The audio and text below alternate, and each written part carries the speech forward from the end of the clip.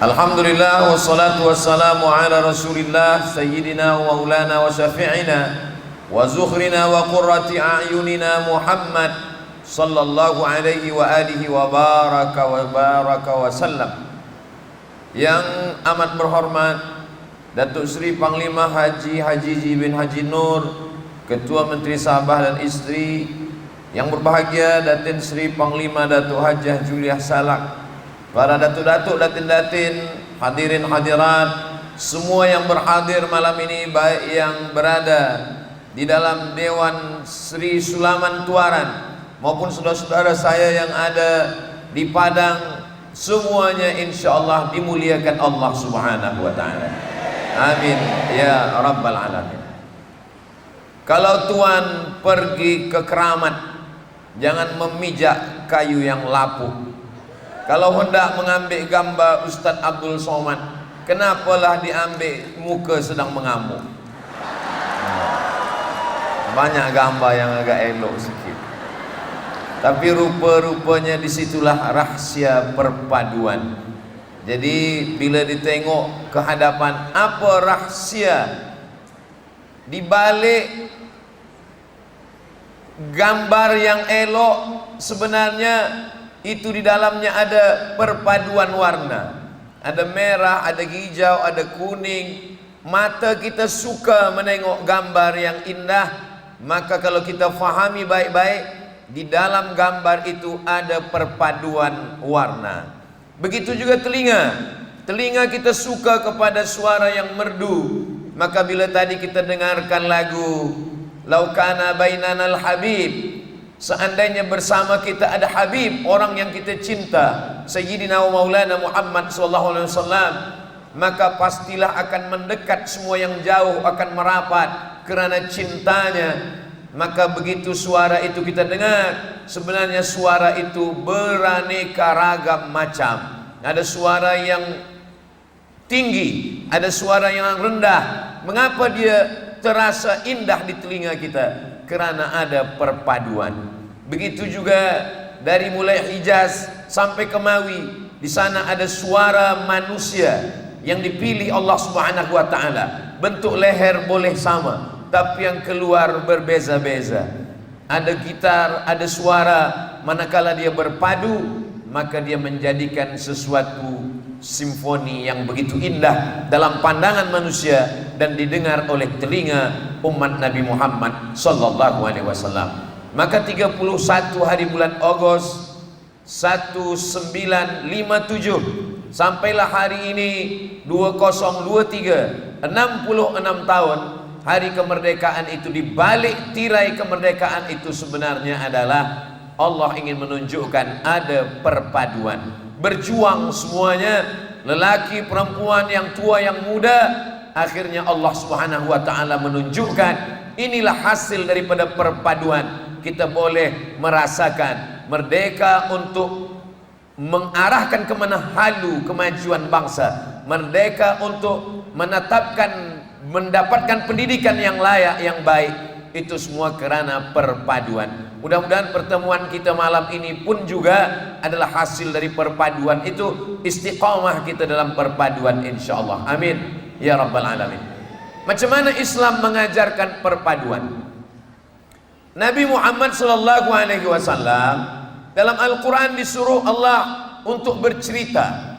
Faqsusil qasasa, wahai Muhammad, faqsusil qasasa, ceritakan kisah-kisah itu.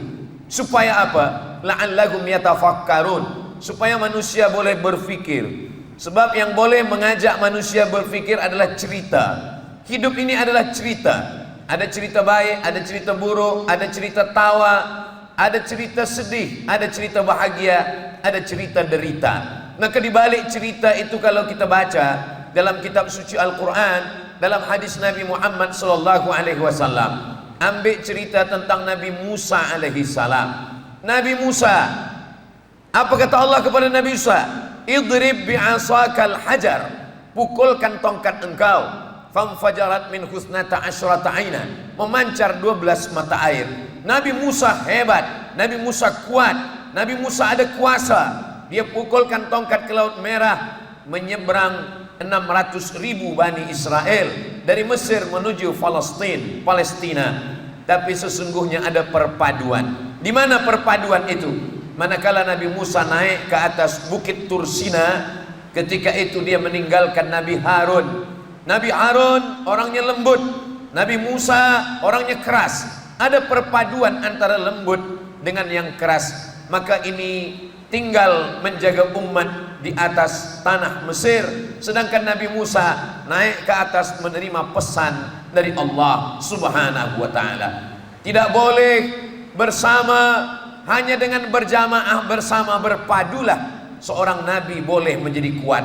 Jadi kalau ada hari ini orang merasa saya sendiri mampu, maka sesungguhnya la yadkhulul jannah, tidak masuk surga. Man kana fi qalbihi, siapa yang dalam hatinya mithqala habbatin min khardalin min kibrin, ada sombong walaupun sebesar biji sawi. Di antara kesombongan adalah tidak mau berpadu, tidak mau bersama. Sedangkan Islam mengajarkan kita untuk bersama. Bersama dalam satu agama, ikatannya satu, la ilaha illallah Muhammadur Rasulullah. Bersama dalam satu bangsa, tidak diikat oleh agama. Sebab kita bermacam agama, bermacam suku bangsa, bermacam warna kulit dan bahasa, diikat dengan satu kebangsaan. Itulah yang dicontohkan oleh Nabi Muhammad SAW di kota Al-Madinah Al-Munawwarah. Al-Madinah Al-Munawwarah adalah contoh perpaduan berbilang suku. Sebab di sana ada Arab, Arabnya berbagi lagi, ada Arab Quraisy, ada suku Aus, ada suku Khazraj. Di antara Arab ini lagi ada yang bukan Arab, ada Yahudi Bani Nadir, ada Yahudi Bani Quraizah, ada Yahudi Qainuqa, ada Yahudi Khaybar. Bahkan salah satu dari istri Nabi Muhammad SAW bernama Sofiyah, ayah dia bernama Huyai, datuk dia bernama Akhtab. Suatu ketika Sofiyah bermimpi, dia bermimpi memangku bulan. Pagi-pagi dia bercerita kepada ayahnya Huyai, wahai ayahandaku Huyai, malam tadi aku bermimpi memangku bulan. Ayahnya tahu takwil mimpi itu adalah makna bulan adalah Muhammad sallallahu alaihi wasallam. Karena bulan purnama itu Nabi. Kita selalu mengatakan tala'al badru alaina, sudah terbit bulan purnama di atas kami.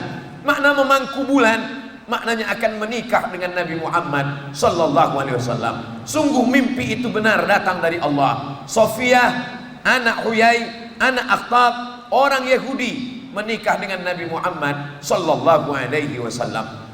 Selepas dia bersyahadat, asyhadu an la ilaha illallah wa asyhadu anna Muhammadan Rasulullah. Begitu juga dengan Nabi Isa alaihi salam. Nabi Isa alaihi salam yubri'ul akmaha, boleh menyembuhkan orang lumpuh, wal abrasa, orang yang kena penyakit kusta, penyakit supak, penyakit belang, wa yuhyil mauta. Nabi Isa boleh menghidupkan orang mati biiznillah, dengan izin Allah Subhanahu wa ta'ala. Tapi manakala dia ingin menegakkan agama Allah, maka dalam Quran dikatakan dia tidak bersendirian, dia berpadu dengan sahabat-sahabat. Wa idh qala Isa ibn Maryam lil hawariyin, ingatlah ketika Nabi Isa berkata kepada sahabat-sahabatnya, nama sahabat-sahabatnya itu hawariyin, para penolongku. Apa kata Nabi Isa? Man ansari ilallah, siapa yang boleh menolong saya menegakkan agama Allah?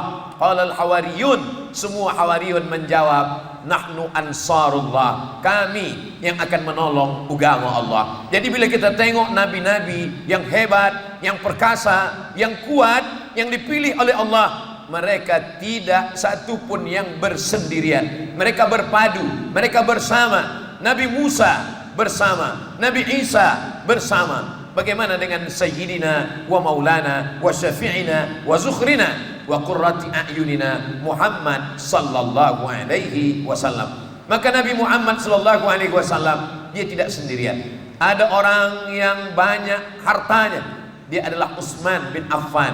Ada orang yang muda belia, dia adalah Sayyidina Umar bin Khattab. Ada orang yang cerdas akal fikirnya, dia adalah Sayyidina Ali. Ada seorang tua yang bijaksana, dia adalah Sayyidina Abu Bakar Siddiq. Orang tua, orang muda, orang cerdas, orang yang berharta bersama-sama dengan Nabi Muhammad sallallahu alaihi wasallam. Itulah mengapa dalam Quran dikatakan Muhammadur Rasulullah walladzina ma'ahu, yang bersama dengan Nabi Muhammad itu asyidda'u 'alal kuffar, dia tegas kepada orang yang ingkar, ruhama'u bainahum, berkasih sayang bersama mereka.